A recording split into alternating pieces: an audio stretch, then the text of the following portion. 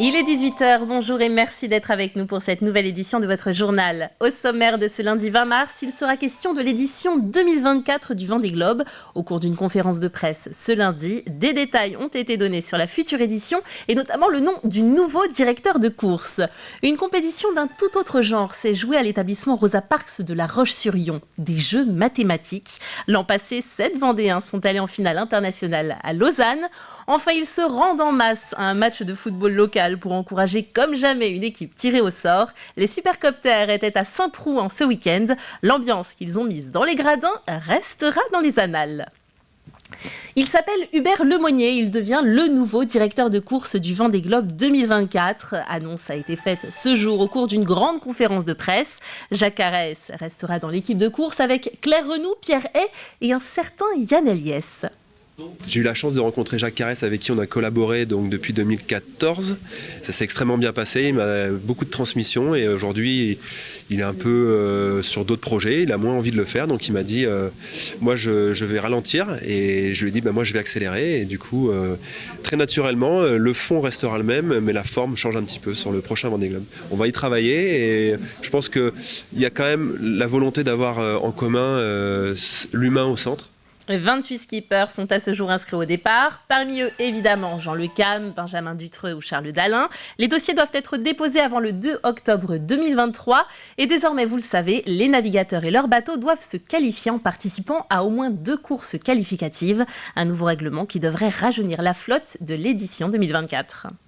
Le règlement tel qu'il a été pensé, effectivement, où maintenant ne sont pas sélectionnés automatiquement ceux qui avaient fait le Vendée Globe précédent, permet d'espérer qu'il y ait encore plus de jeunes talents, j'allais dire, qui puissent se présenter sur cette ligne de départ au mois de novembre 2024. Plus de femmes également. C'est un règlement qui permet l'ouverture totale des talents pour pouvoir faire l'Everest des mers, le tour du monde en solitaire.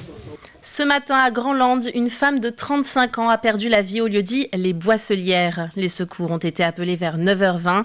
La conductrice, seule à bord, a perdu le contrôle de son véhicule alors qu'elle circulait en ligne droite en direction de Saint-Étienne-du-Bois. Prise au piège dans son véhicule, la victime était décédée à l'arrivée des pompiers, ce qui porte à 10 le nombre de morts sur nos routes. Les acteurs de la sécurité routière se mobilisent. Après 51 décès en 2022, l'année 2023 s'inscrit dans la même lignée. Un profil type des victimes se dégage. C'est un homme vendéen, moyenne d'âge 47 ans, qui a un accident le plus souvent entre 17h et 21h sur le trajet domicile-travail. Dans 34% des cas, l'alcool ou la drogue est en cause. La vitesse aussi, dans 30% des accidents, il n'y a qu'une seule voiture impliquée la plupart du temps. Il s'agit donc souvent d'un problème de comportement. La préfecture a réuni les forces de l'ordre ainsi que les associations en lien avec la prévention pour définir un document général d'orientation orienté autour de 4 axes. La lutte contre les comportements à risque, s'intéresser aux 2 roues motorisés qui payent un tribut très important. Malheureusement, il y a eu 10 morts l'année dernière, 10 motards tués. Et puis aussi travailler sur le risque dans le milieu professionnel. Et puis s'intéresser à tous ceux qui pratiquent ce qu'on appelle les modes de déplacement, qui utilisent pour les modes de déplacement doux, le vélo, les trottinettes. Et autres. Donc on va travailler sur ces actions, dans ces différents domaines, en mobilisant tous les acteurs institutionnels, mais toutes les associations, notre réseau d'intervenants départementaux de sécurité routière. Et puis je vais intensifier les contrôles également. Dans le reste de l'actualité, il y avait un peu plus de filles que l'an passé. 150 jeunes de l'élémentaire au lycée se sont retrouvés à Rosa Parks ce samedi à La Roche-sur-Yon pour participer aux demi-finales du championnat international de jeux mathématiques. Après une première étape de qualification, les premiers iront en finale à Rennes à la mi-mai, avant peut-être la finale fin août en Pologne. Bon courage. L'épreuve vient de débuter. Au programme, des énigmes mathématiques de plus en plus difficiles à résoudre. 150 jeunes du primaire aux études supérieures vont se gratter la tête pendant plusieurs heures afin d'essayer de se qualifier pour la finale du 37e championnat international de jeux mathématiques. C'est un peu d'arithmétique, c'est un petit peu parfois géométrique, trouver une combinaison de cubes qui va donner une certaine forme. Donc c'est pas très scolaire au sens où on ne demande pas de rédaction, on ne demande pas comment on trouve, on demande juste la solution. Ça fait appel à des compétences de recherche, à des compétences parfois de calcul également, mais surtout à beaucoup d'astuces. Et parfois on est surpris par certaines stratégies de jeunes et certains jeunes se révèlent grâce à ces jeux mathématiques. On va repérer des jeunes talents qu'on n'a pas forcément repérés au quotidien dans nos classes. Pendant que les enfants planchent, les parents des plus jeunes attendent patiemment. Anita accompagne son fils, Paul, qui a participé l'année dernière à la grande finale internationale en Suisse. Et franchement, c'était une expérience géniale parce que c'est une ambiance de compétition sportive avec les délégations nationales, les t-shirts, les drapeaux, les couleurs, les cris, les chants. C'est vraiment un truc très festif et c'est très sympa. Et j'ai fait 70 x 40. Ah, pareil. William est le premier à sortir de la salle des CM1, CM2, une quinzaine de minutes seulement après le début des épreuves. Très stressée parce que j'avais peur que j'y arriverais pas, qu'il y en a d'autres qui me dépassent. C'est un peu sérieux quand même. Les candidats sortent un à un, plus ou moins confiants sur leurs résultats. Le début, comme d'habitude, c'était très, très simple parce que du coup tout le monde peut le faire. Mais par contre, la fin, ça commence à être un peu plus dur et puis ça commence à chauffer, donc un peu moins efficace. Plutôt bien. J'ai fini assez rapidement parce que j'étais très rapide et très précis sur les épreuves, je pense. Ou pas. Les meilleurs de chacune des 8 catégories tenteront leur chance lors de la finale nationale à Rennes le 13 mai prochain. Le jeune William sera d'ailleurs du voyage. Tous espèrent aller jusqu'en finale internationale en août prochain en Pologne.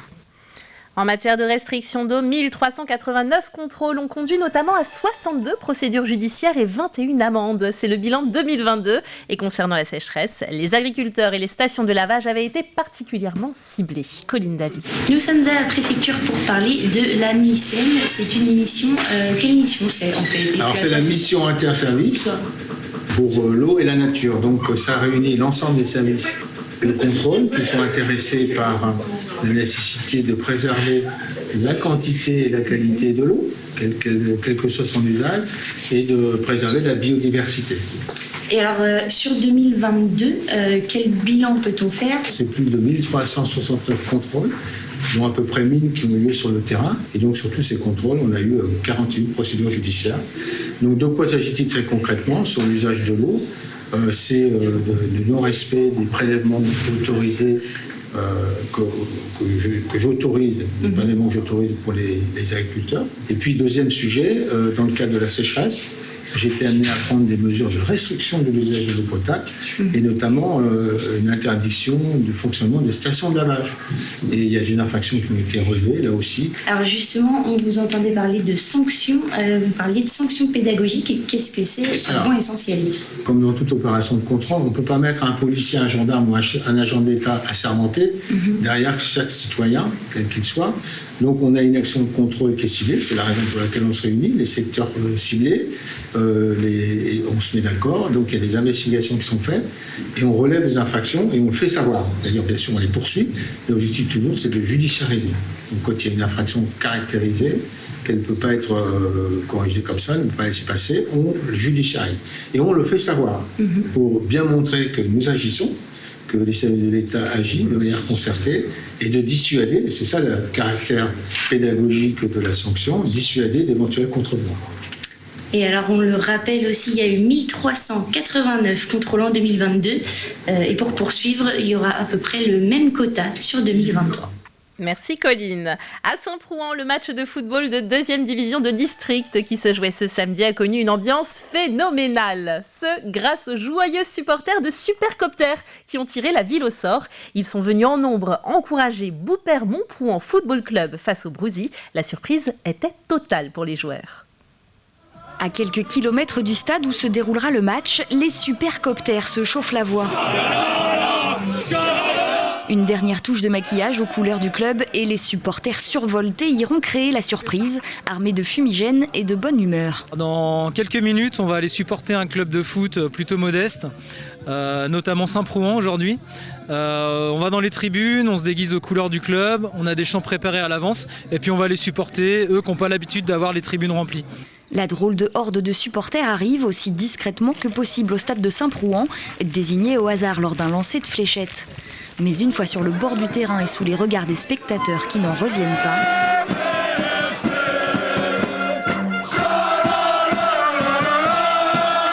quand on a vu arriver tous ces gens-là, on se demandait ce qui se passait. Mais c'est énorme, c'est génial. Il faut continuer comme ça. Pour un petit club comme le nôtre, c'est excellent. Ah, l'ambiance de folie. C'est trop bien. On est à Saint-Proran, quoi. C'est extra. Fumigène et tout le tralala, quoi. C'est une ambiance magnifique. C'est la première fois que je vois ça. Et devant l'ambiance encore jamais vue ici, des spectateurs qui n'avaient pas vraiment prévu d'être là ont finalement fait le déplacement. J'ai mon fils qui est là, c'est lui qui m'a prévenu surtout.